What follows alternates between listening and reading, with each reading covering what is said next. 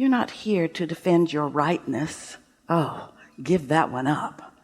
And you're not here to protest someone else's wrongness. Give that up too.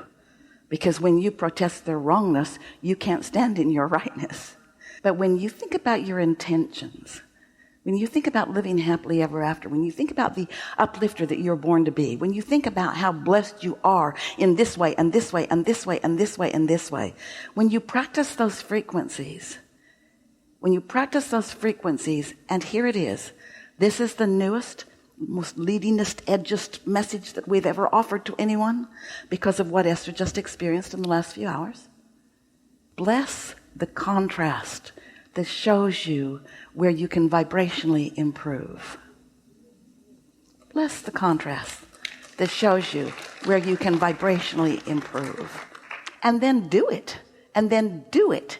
And then watch what happens next. Watch what happens next. Watch what happens next. Jerry and Esther used to roam around the country. They had several of these big old buses, and they towed a car behind them. And for over a decade, they roamed the earth in this bus and loved it. And in all those years, 12 years of that, they saw a couple of wrecks. They came upon them.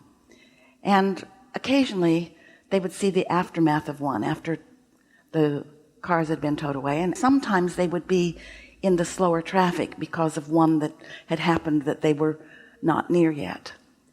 But mostly it was clear driving for them. Mostly the roads were open and they were not hindered by that kind of thing. But when they would start to see a little rubble on the road or find themselves in a little slowdown because of an accident, Jerry would say, getting a little too close for comfort, don't you think? And what he meant was, we must be sloppy in our thinking. We must be being sloppy in our thinking. And our life is giving us evidence of that. And that's really the point that we're making here. You're sloppy when you're in your thinking, when you're just looking at what is.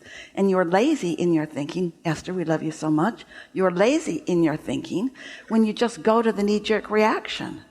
You're lazy in your thinking when you go to the easiest thing to think rather than the best feeling thing to think. When you go to the best feeling thing to think, now you're setting your intentions. When you go to the whatever it is, you might very well be fanning the flame of an opinion that is not serving you.